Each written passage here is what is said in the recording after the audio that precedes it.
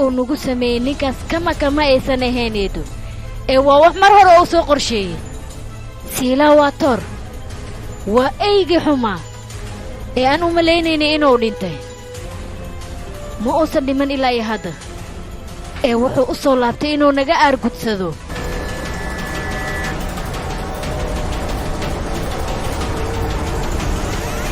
waxaad tagtaa Play Store-ka kadib ku qor halka kore searching-ka hoyga musalada waa kana waxa ku soo baxay application-kan looga saarantaa hoyga musalada ku qoran tahay ku dhufo install soo dhig kadibna open ka dooro sida tan oo soo kacaya